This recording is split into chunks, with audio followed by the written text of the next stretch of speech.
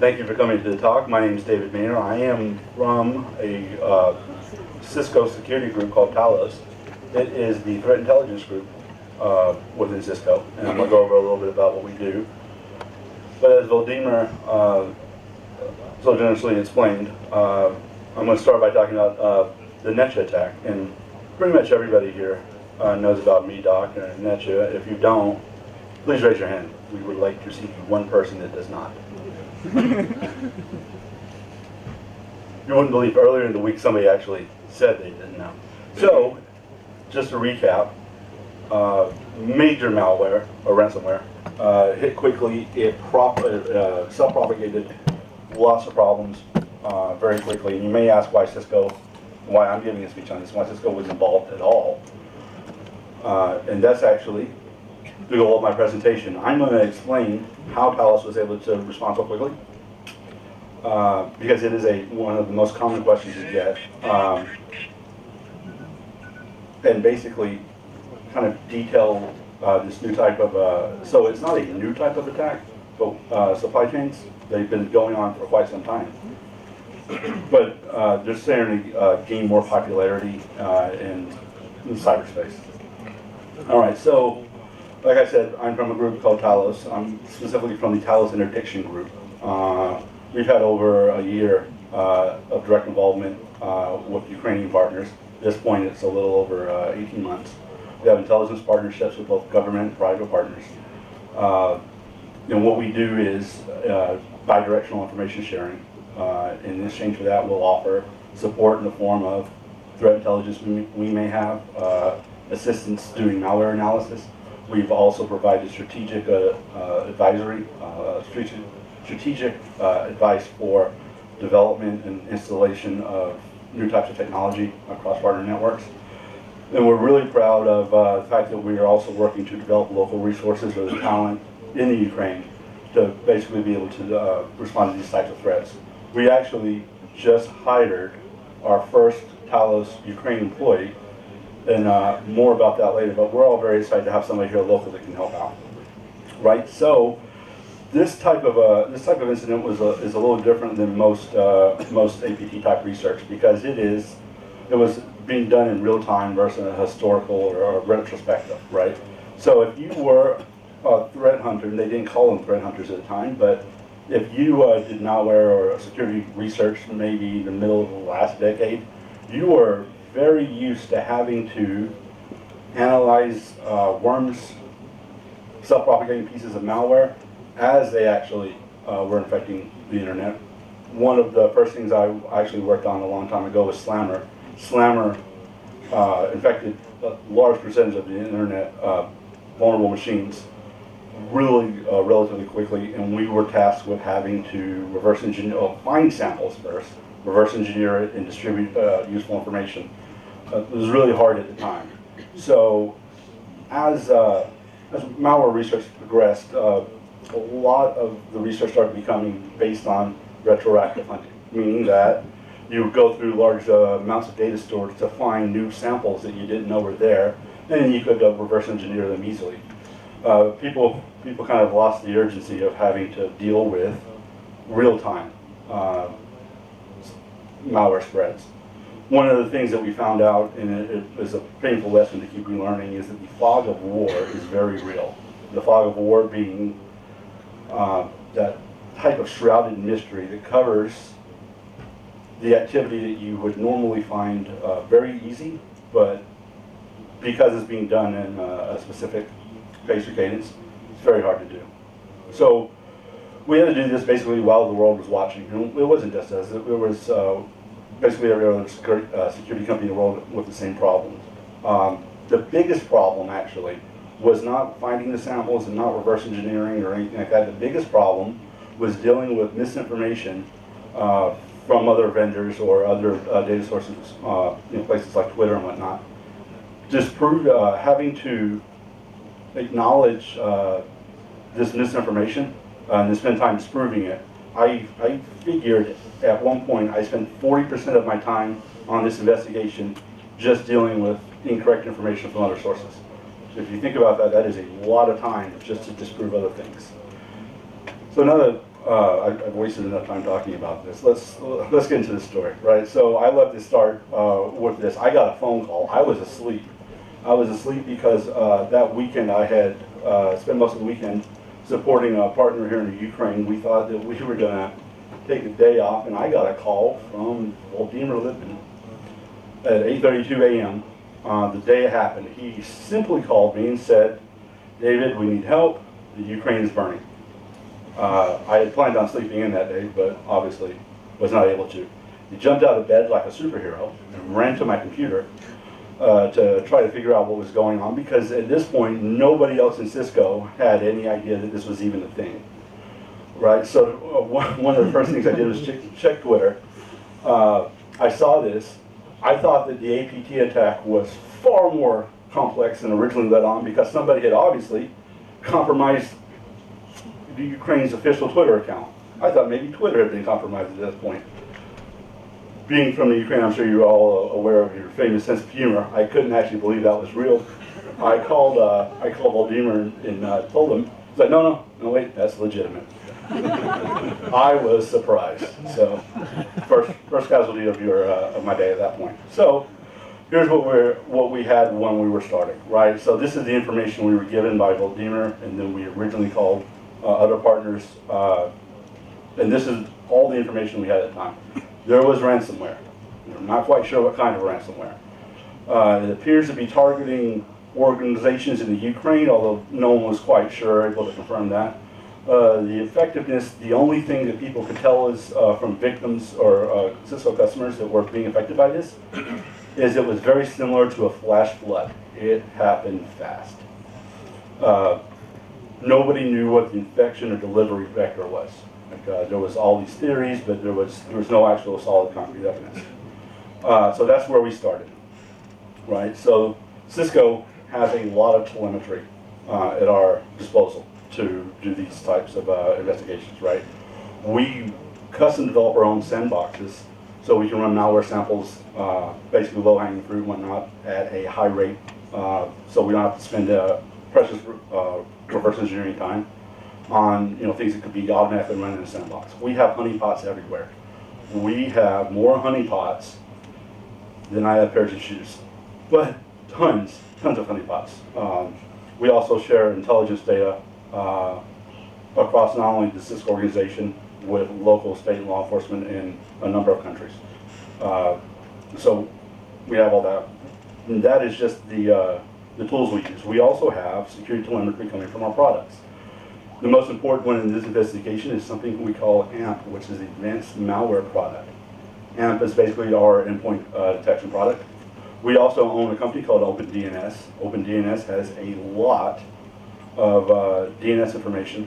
They provide open resolvers to pretty much the internet, and then our customers can have specifically crafted DNS lookup policies where we can block malware at the DNS level.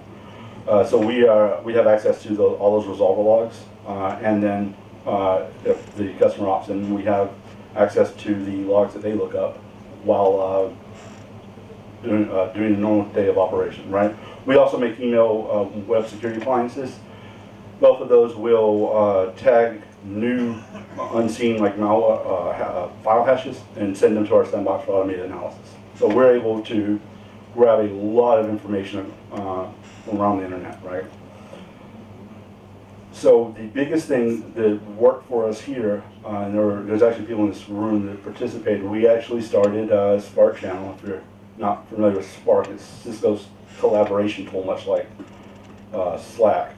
And we put everybody in there that had a stake in trying to figure this out. And we enabled our analysts to talk directly to other people's analysts. This wasn't just our partners and customers. We actually also had competitors in this room as well. This problem was happening so fast, we determined it would be unwise to let competitor bickering slow down the ability to respond to this.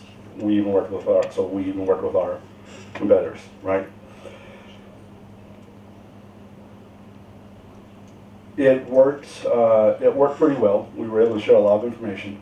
But at no point did any of this, all these fancy tools, or did any of this telemetry we have actually point to a smoking gun But we were able to start narrowing down a lot of information based not on what we saw, but what we weren't seeing, right? So in our honeypots, if you're familiar with WannaCry, we saw a massive spike on May 12th for SMB scanning, 4445. We saw like 3,000% more SMB scanning on that day than any other day. During the MeDoc incident, we did not see an increase or spike in external SMB scanning, which to us would mean that this wasn't a wide-scale self-propagating attack like WannaCry. It had to be more directly targeted, right? We also did not see a substantial increase in any new types of phishing email, right? We weren't able to find customers or other data sources that we have email for. We weren't able to find large amounts of similarly typed phishing attempts in the time frame that was important. So we were able to rule email out, right? We also had a problem where a lot of the initial information that was being distributed were being done by people who heard basic symptoms of what was going on. There was a piece of malware somewhere that was affecting something. And they were like, hey, I have a piece of malware that does that. And then started reporting information about completely different malware families. One of the ones we spent the most time on, we were given a sample. We were told it was the piece of malware that was affecting everything. It turned out it was LokiBot, not involved at all, right? So then our OpenDNS clients didn't show any signs of new C2. So we had, like I said, some clients affected. So if new C2 domains were being spun up or had not been identified yet, but were being communicated with from internally to externally, our DNS logs would have shown that. But we didn't see a increase or a spike of new C2 domains anywhere, right? So then we also had our AMP for Endpoint Hawks. So the AMP for Endpoint logs were the most useful thing. We were able to find pieces of malware and see what the parent hashes for them were. The problem was at this time we saw 4 different processes dropping the same piece of malware. We were somewhat confused as to what the vector was. Then we realized that out of the 4, one of them was a small, lesser known piece of software that not a lot of people were familiar with. In fact, once again, I had to call Vladimir and ask him what it was because I did not know. It was a accounting software app called MeDoc, right?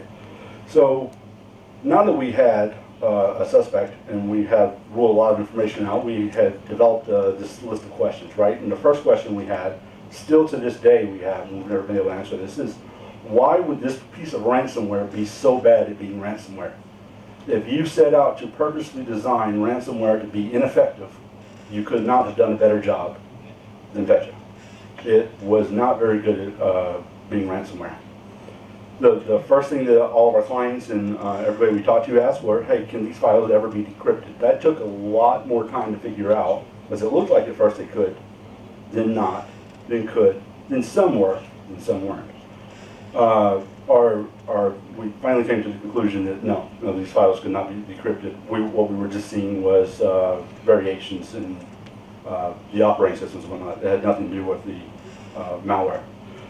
So, being a security researcher, the first thing I did was go to MeDoc's site and find the most recent update, right? So this was easy for us because Cisco was actually a MeDoc customer.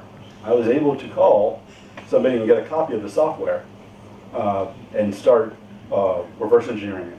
So MeDoc had an auto update process. We were able to then connect to the update server and we pulled basically all the most recent updates. We had assumed at some point that this would be something simple, like there was a piece of malware embedded somewhere in the update. But while we were rerunning the process and trying to duplicate it, nothing was happening. We weren't getting pieces of malware dropped like we would see in the wild. We were very confused about that. So we started developing all kinds of weird and wild theories about how this was possible. One of them, and this is my favorite one, was that it was possible that the actor doing this was manipulating the internet via BGP routes, and we just weren't seeing the actual update server. Right? It turned out that was completely incorrect, but it was a fun theory to disprove. Right? We also thought that there were DNS hijack. There were all kinds of different crazy theories. DNS hijacking was one. And then everybody kept asking, every customer we had, every reporter we talked to, every partner we had kept asking what was the email vector. Like, can we share a copy of the phishing email, the spear phishing email that was the origination of this malware? We all know now, obviously, there was no phishing email, but once again, that 40% of my time I spent on disproving incorrect information. The majority of my time was spent disproving that there was an email vector. A lot of people reported there was, turned out there wasn't. Right, so then the biggest piece of confusion was the conflicting information about who it was targeting. I was originally told, and most of the people on the internet originally reported that this targeted only organizations within the Ukraine. At one point we had to ask the question if it was actually geo-fenced, because it looked like, from all reports, it was somehow being restricted to only Ukraine organizations. And then slowly reports started trickling in that other organizations outside of Ukraine were being targeted. And at the time we couldn't find a commonality between them. And a lot of the information was sketchy at best, right? We would get a report randomly that a hospital somewhere was affected, or a trucking company, like things that didn't seem like they were linked at all, right? So we had that question, and that was one of the most important ones we had to answer, right? So what we did is we were able to pull all the AMP data, and we were able to look at the overlap between customers we had that had MeDoc and the MeDoc process installed, and customers that were affected, right? We were able to quickly determine there was a very large overlap there. Right, so if you're not familiar with MeDoc, it's a Windows.NET app. It's used for attached processing. It has a great auto update feature. It would check every so often for a new update. The web server, so don't tell anybody, but I port scanned MeDoc servers without any authorization. Now technically, if I was in the US, that might be a crime, but I'm not currently. So if we could all just not share that, that would be great. But we port scanned both the web server and the update server. We found, based on simple analysis, a lot of different PHP web shells that did not look like they had a legitimate purpose for being there. We communicated that information to our partners, and we actually at that point set out to contact MeDoc and try to figure out what was going on. Thanks to the partnerships we've been able to build over the years, around a little over 4 hours later, after the beginning of this incident, we were actually talking to people at MeDoc. And I want to take a moment to clear up some rumors. There was a lot of speculation and some press releases, perhaps, that seemed to indicate that MeDoc was not being very cooperative. I interfaced with them every day of this investigation. They were more than cooperative. They helped, they got us logs. We were able to help them understand exactly how this happened, where it came from. They were more than cooperative with us. I just wanted to clear that up. Right, so people would then ask me, if I was in the United States, how much communication were we actually doing with the Ukraine? This is a text message I got around 4 hours after this incident started, where I instantly almost exceeded $200 on my AT&T bill. And you don't even want to know what my actual cell phone bill was by the end of the month, but it was exorbitant. We were calling everybody. We were pretty much on the phone with somebody almost every minute of the day, right? We would not be able to do this. We would not have been able to do any of this analysis if it had been not for those partnerships and the people working with us, right? So less than 5 hours later, we were communicating with MeDoc. The MeDoc representatives were very cooperative. At the time, we thought that the update was being done over FTP, so we asked them for copies of their FTP server logs for that day. They were more than happy to provide them. Only then, after further analysis, did we realize it was being done over an HTTP channel. We went back to them. We had a conversation with them with two representatives from MeDoc. It was midnight your time. It was a little before 7 my time. And they were actually happy to get on the phone and talk to us about what was going on and try to figure this out, right? At that time, during that conversation, we offered to send incident response, gratis. for free. We told them that we would send consultants as quickly as possible to help catalog and analyze any evidence they had. Right? Less than 48 hours after that, we had 2 consultants here in Kiev working directly with them. They were given access to pretty much everything they asked for, including forensic images of both the web and update server, all the logging information we could ever want. And they were able to actually answer a lot of questions that short-circuited or alleviated us from having to go through a lot of the reverse engineering process to try to figure out exactly how the app worked. So less than 48 hours we were able to do that. What we were able to do after collecting all this information is we were able to briefly find anomalies in the web server logs that showed that during perhaps maybe a 3-hour period on the day the attack started, that the MeDoc update server was redirecting requests to a completely different server. Right? They didn't, MeDoc didn't know what the IP address was. We found it was in the OVH server range. We reached out to OVH. OVH told us it was actually resold to another Romanian company, but they were happy to help us get forensic images of it. There was not much actually on that box because the actors that were doing this basically did a DD IF equals 0, OF equal like FSDB. They basically overwrote the box with zeros, right? Completely blanking it. Just for a bit of commentary, if you've ever watched a movie in which a bank robber steals a car to use as a getaway and then blows it up, that's exactly what happened here. Basically, somebody had appropriated a box, they used it as part of an attack, and then they burned it on their way out the door. I really like these pictures, by the way. This is from one of my favorite Ben Affleck movies. Right, so the result, right? What does this actually mean? So here's the timeline we were able to put together, right? Starting at 8:59 UTC, somebody was able to log into the MeDoc server, they elevated their privileges, and they updated the web server configuration that would then point new incoming requests to this OVH box.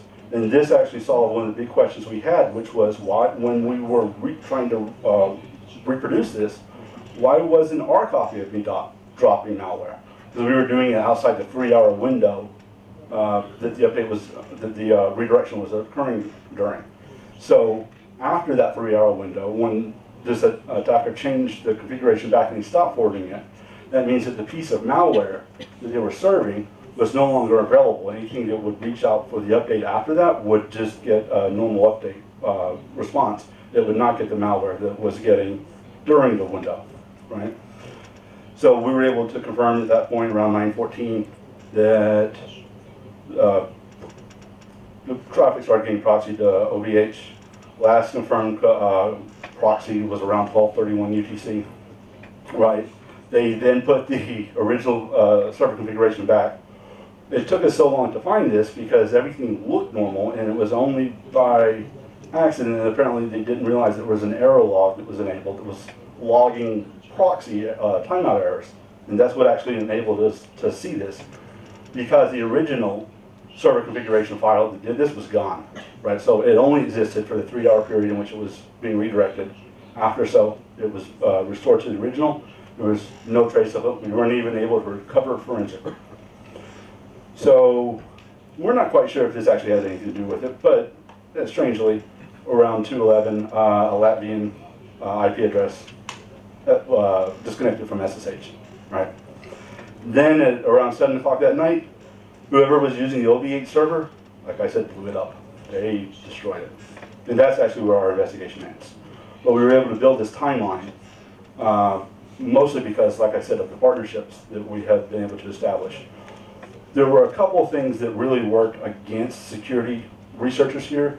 The number one thing being that you're taught as a security researcher to look for anomalous behavior, right?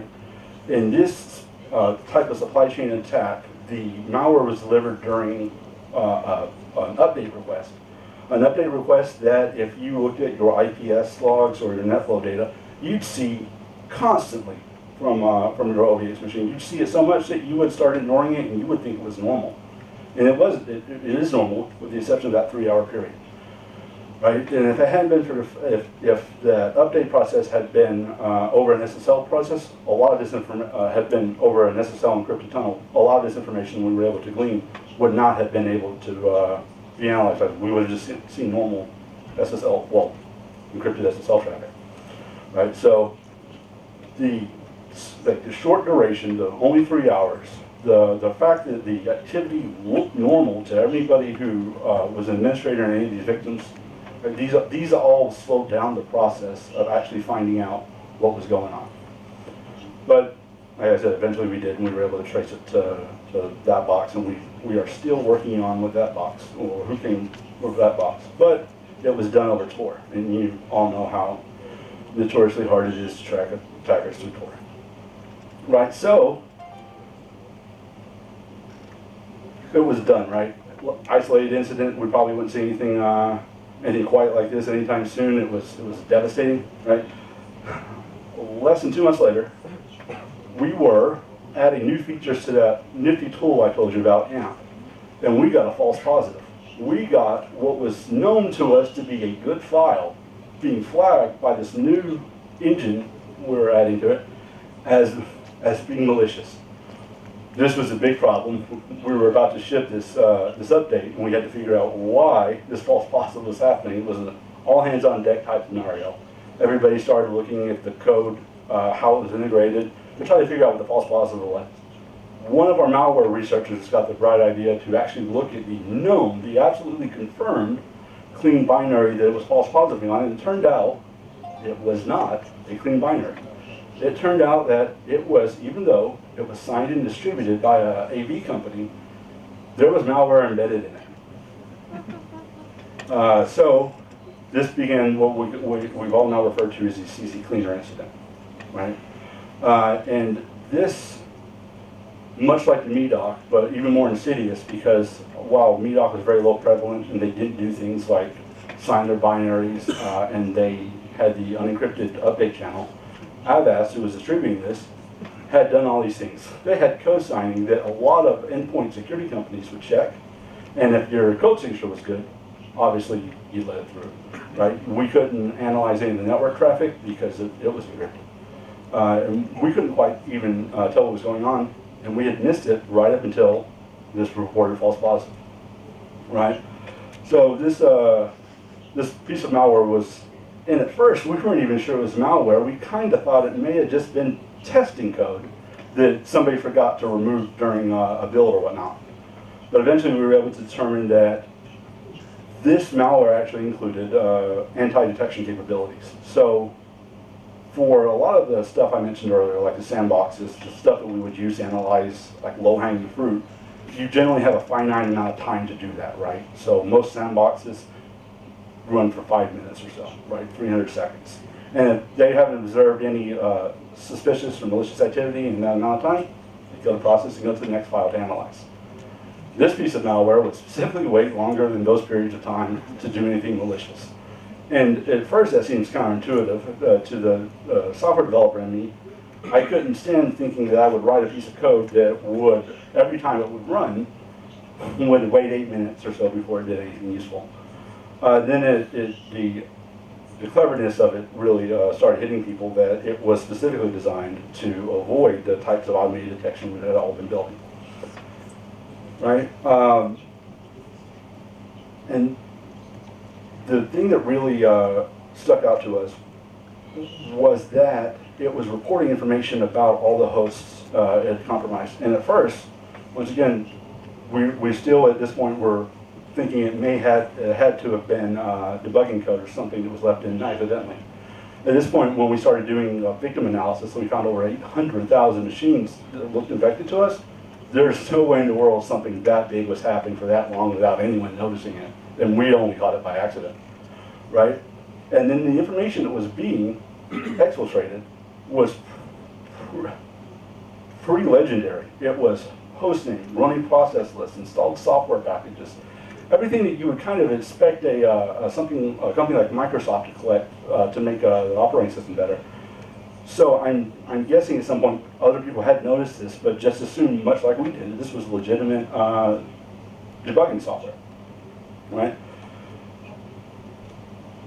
And we have lots of crazy examples of what the data looks like. And if you want to see any of them, I'm happy to actually go into them after the fact. But we were able to reverse engineer the particular malware and extract the fields that it was pulling out, right? So one of the other things that kept us on the path of thinking that this was just debug code was this piece of malware had things like major and minor software versions, right? Things that you would typically think a piece of malware would have, right?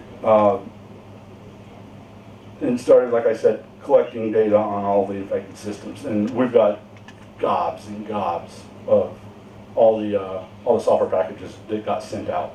It was pretty crazy. If you were a bad guy, for instance, that would be like a targeting dream if you were an offensive guy. But they would transmit this information to the CNC server, not just your OS version, but like I said, install programs, processes running on the host, right? And this is kind of how we were able to map how the C2 process worked, right? Malware connects to a IP address, hard-coded IP address. If it failed, it would then, and this was pretty clever, it would then make two different DNS requests. It would take the IP addresses returned from those two different IP addresses and XOR them against each other. And based on that, it would then generate a third IP address, which is actually where the C2 server was. So if you were basically just looking at DNS requests that the malware would make, you would completely miss where the C2 was actually living. It also had a list of DGAs, or dynamically generated domains, so that if something had happened during this process, and the actor or the bad guys had lost control of this, all they had to do was wait for the next month. They would know what backup domain it would try, and they just had to be there waiting. None of these were registered when we actually were lucky enough to register them all and sync them. So that's how we were able to actually track the infection numbers and whatnot. Right? Some of the July, once again from our ODNS project, some of the July, August, and September activity, following this discovery, right? It sticks out, like if you were to look at it now, right? I hit the wrong button. It looks crazy, right? It's obviously something happened that day. The key to this obviously is though knowing what to look for, right? Even though we have all this data without the intelligence to actually apply it and find the nuggets of interesting data, it just looks like anything else, right? And those spikes would just keep happening. And after the fact, when we were able to identify them, we were then able to go through and identify additional domains that it was hitting. Right, so this is where the interesting stuff came in. Because the first part of the malware was being distributed as part of this binary package, right? There was a second stage that we hadn't seen yet. And as the reporting would happen, like the portion of the data that contained like the process list, host name, IP addresses, and whatnot, when it would report to the C2 would compare the domain it was coming from to a list of domains on the server. And if you were on this list of lucky servers, you'd then get a secondary stage that not many people had seen. We at Cisco were enthusiastic, obviously, to have made the list with other such great companies as Sony and Dell, HTC. You may start to realize a pattern here, and it looks like there's a lot of technology-related companies, and also test.com. We figured that had to be just a test, right? So, unless you were one of these companies, you wouldn't even be able to know there was a second stage, right? So, we were able to get not just a copy of the C2 server that we were able to do with partnership cooperations, much like the stuff we did earlier with MeDoc. We were able to analyze the second stage long before most people even realized it was. And there was a lot of code reuse between what we were seeing in previous malware samples that were attributed to, and I'm going to sound a little bit exhausted here, but you know how every company has their own name for a particular APT group, and we're no different. We have our own names, right? So we call it Group 72, aka APT 17, aka bad guys, right? There's a laundry list of different things you can refer to this to. But we found that there was a lot of code reuse with this. However, the code reuse is not really an indicator of any type of attribution. As a bad guy, if I were to get a piece of your malware that you're using to do whatever, and I wanted to throw attribution or suspicion off from the group I'm working for, being fingered for this, it would be very easy to duplicate a lot of these signatures, right? There's actually nothing here that is verifiable that it was actually from the same place. It just looks a lot alike. So when there was a lot of speculation about it, we were able to then pretty accurately say that while it looks bad, there's nothing that really points to it that a determined attacker who studies malware couldn't duplicate. Right, so if you've noticed now, both of the examples I've talked about, MeDoc and CCleaner, both supply chain attacks, they both were installed surreptitiously. I guess all malware gets installed surreptitiously though. And they had clever channels for, so MeDoc didn't so much because MeDoc just destroyed everything. Not MeDoc, but Petra just destroyed everything. But particularly the CCleaner, the second stage had very unique ways for hiding data on its way out, right? So we started looking at other types of ways that pieces of malware could hide in plain sight, right? And that took us back to something we had actually published a blog post on earlier in the year, but we recently found had been updated, right? So if you're not familiar with DNS Messenger, like I said, we wrote a blog post, I believe it was in April, but we recently, as recent as 2 weeks ago, saw it get updated, right? If you're not familiar with what the SEC is, it's the Security and Exchange Commission. It's an organization in the United States. The people that were perpetrating this particular attack were spoofing emails from the Security and Exchange Commission to the victims, right? They were getting malicious Word docs. If you guys all follow Microsoft updates, you will have noticed most recently the Office update that fixed the DDE problem. The DDE problem that was so simple, a lot of people didn't believe it was an actual problem until we found this piece of malware actually using it. Right, and this is basically the command that would run. And it would get run in a different type of doc. Most people didn't even have to do anything, they just had to view the doc and they'd get compromised.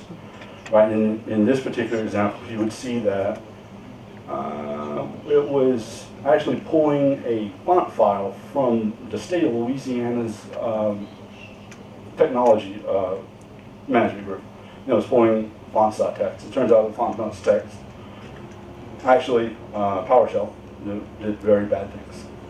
Right, so we were able to then quickly go through. We went to VirusTotal. We found that most people didn't actually detect this at the time that it came in. Right, it had very interesting PowerShell. Right, it would get executed by the document. It would survey the environment. It would actually look and analyze. We would normally call this like a sandbox evasion. It would analyze the environment before it decided whether it should implement its third stage or not. Right. If it determined it thought that it was a sandbox or some type of researcher trying to do analysis or whatnot, it would actually stop at that point. Right. If it found the environment to be useful, it would then install a persistence mechanism. Right. So persistence would get done during the end of stage 2 execution. Stage 3, the third part would run every time the machine got rebooted. Stage 3 was the actual layer that did this, the thing that I'm interested in here, which was the obfuscation and hiding of data exfiltration. Right? It was actually basically hiding its command and control channel in DNS text records. Right? And it had a great way it would work. Basically, a random domain gets selected from the list, and it was hard-coded in PowerShell. Right? DNS queries and responses were then used to determine if it should run or not. Malware would then make a query. It would then encode data, and it would do lookups for different servers all over the world. When the server would receive the DNS text of the DNS lookup, it would then be able to decode the payload, and voila, you have exfiltrated data. And not only could they get information out like this in a way that is almost impossible for someone to to stumble across, they were able to get information in, right? They were able to execute command.com redirect, and they were doing it your standard basic redirection, standard input and standard output. They'd be able to select the domain from the list. They send a message.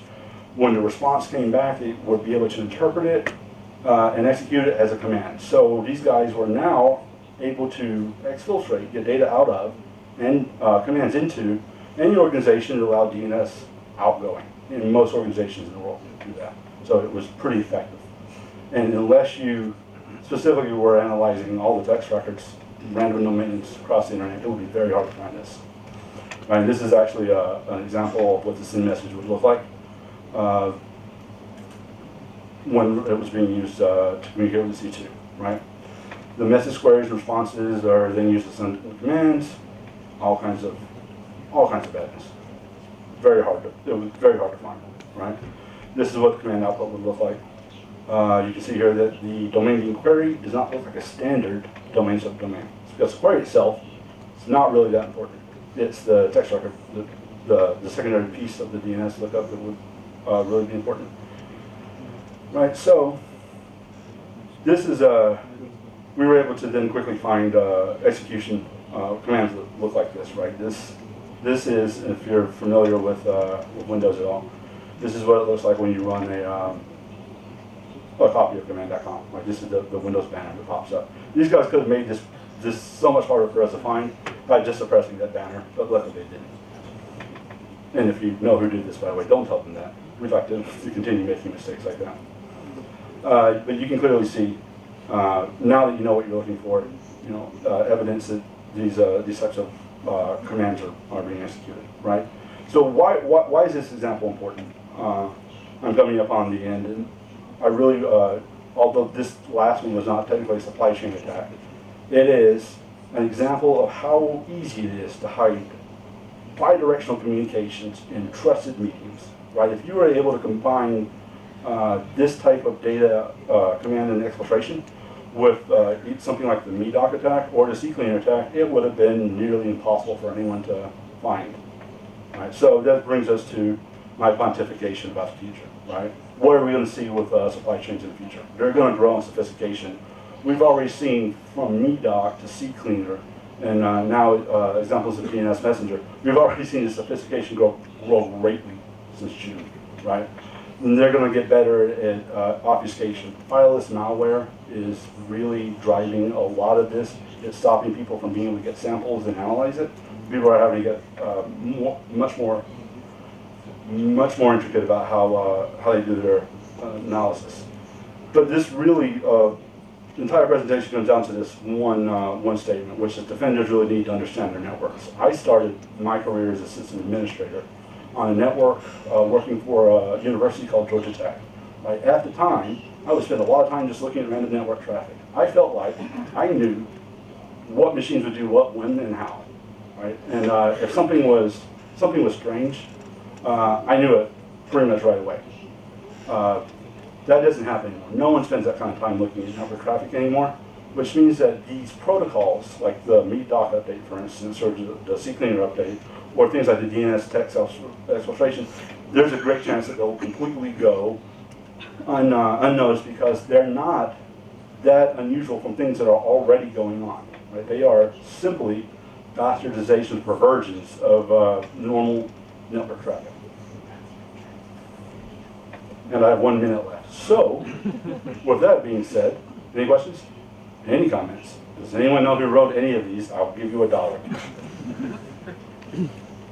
You? There?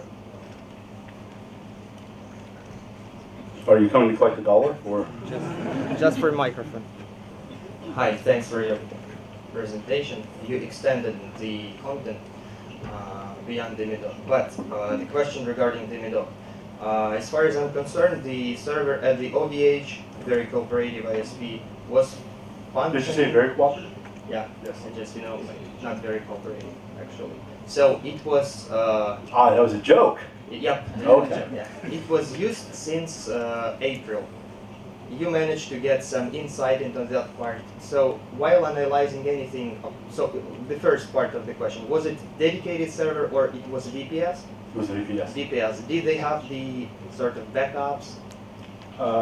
Yes, but it was interesting how this machine was used, right? So OVH actually, well, you know what, let me take that back. They did not actually have the updates, but it looked like the standard default configuration machine should have it making backups, but we weren't able to find them anywhere. It was very strange in how this box was used, because when this box was originally purchased and set up, it was set up as a Tor exit node. And for months, it began to generate a profile in network security companies around the world as a Tor exit node. So you were used to seeing very strange activity from it, or to it, right? A lot of BitTorrent, a lot of random traffic. Then, in June, they stopped being a Tor exit node, but yet somehow still continued to do strange activity. But at this point, people were ignoring it because you just ignored bad Tor exit nodes. So did you have a chance to look at those backups, or it's like... No, we were not able to look at anything before June 27th. And regarding the net flow, have you witnessed something strange, sort of, apart from the traffic from Ukraine, like sort of, you know, connections to give a command to feed that, to serve that block? Oh no, this that particular OVA server wasn't that. We don't believe it was that complicated. We believe it was just people connecting using a VPN, open VPN through the box over Tor, and then issuing commands.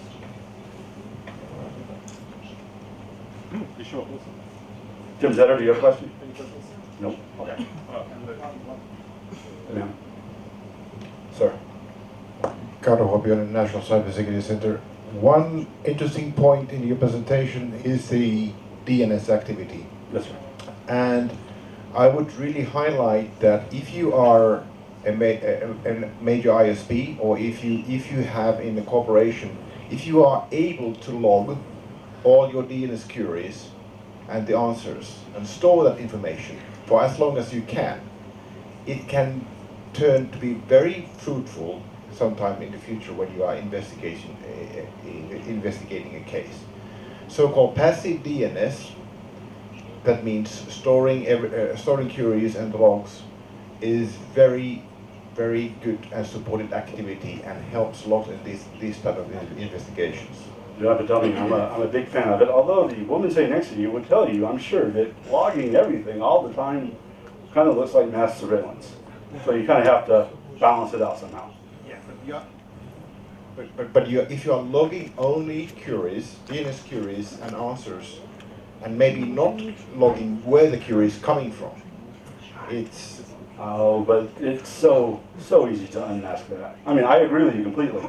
I am more on the side of how to do it, and I'd rather leave the privacy concerns to people who are much more educated than I am in such things.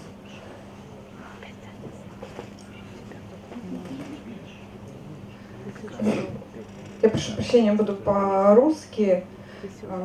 Больше хотела бы обратиться к аудитории, потому что я управляющий партнер компании MeDoc, в общем-то, автор этой программы. Я понимаю, что мне вообще привычнее бы на бухгалтерской конференции быть, а не на этой. И я прекрасно понимаю вашу ненависть к нашему продукту. У меня уже самой глаз дергается от этого слова MeDoc. Но тем не менее, все, что произошло, произошло. И важно, чтобы вы сегодня и завтра думали уже о том, что мы будем с этим делать. Потому что для нас было важно там вынести уроки, опыт и принять правильные шаги и решения. Сегодня вы как раз те специалисты, от которых вся страна, те компании, где вы работаете, ждут этих правильных решений по защите компаний. Причем вы видите, сегодня атаки очень коварно происходят. И они могут быть и из программного продукта, и из любого, скажем, гаджета, там, вплоть до свеча, там, расположенного в офисе. Но тем не менее, понимаете, когда вы всю жизнь, ну, на минутку, да, представьте, там, создаете автомобиль для того, чтобы он перемещал людей из точки А в точку Б. И главная его функция — это все-таки транспорт. чтобы там было комфортно, удобно пассажиру и хорошо. Но в один ужасный день какие-то психи угоняют вашу тачку и, выезжая на тротуар, давят людей сотнями. Понимаете, когда продукт превращается в оружие, вот опыт как раз с Петей, с нашей ситуации показал, что может такое произойти.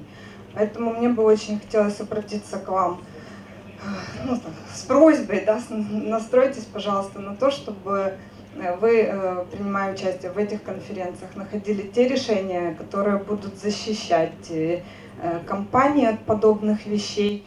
И помните, вы же не только безопасники, но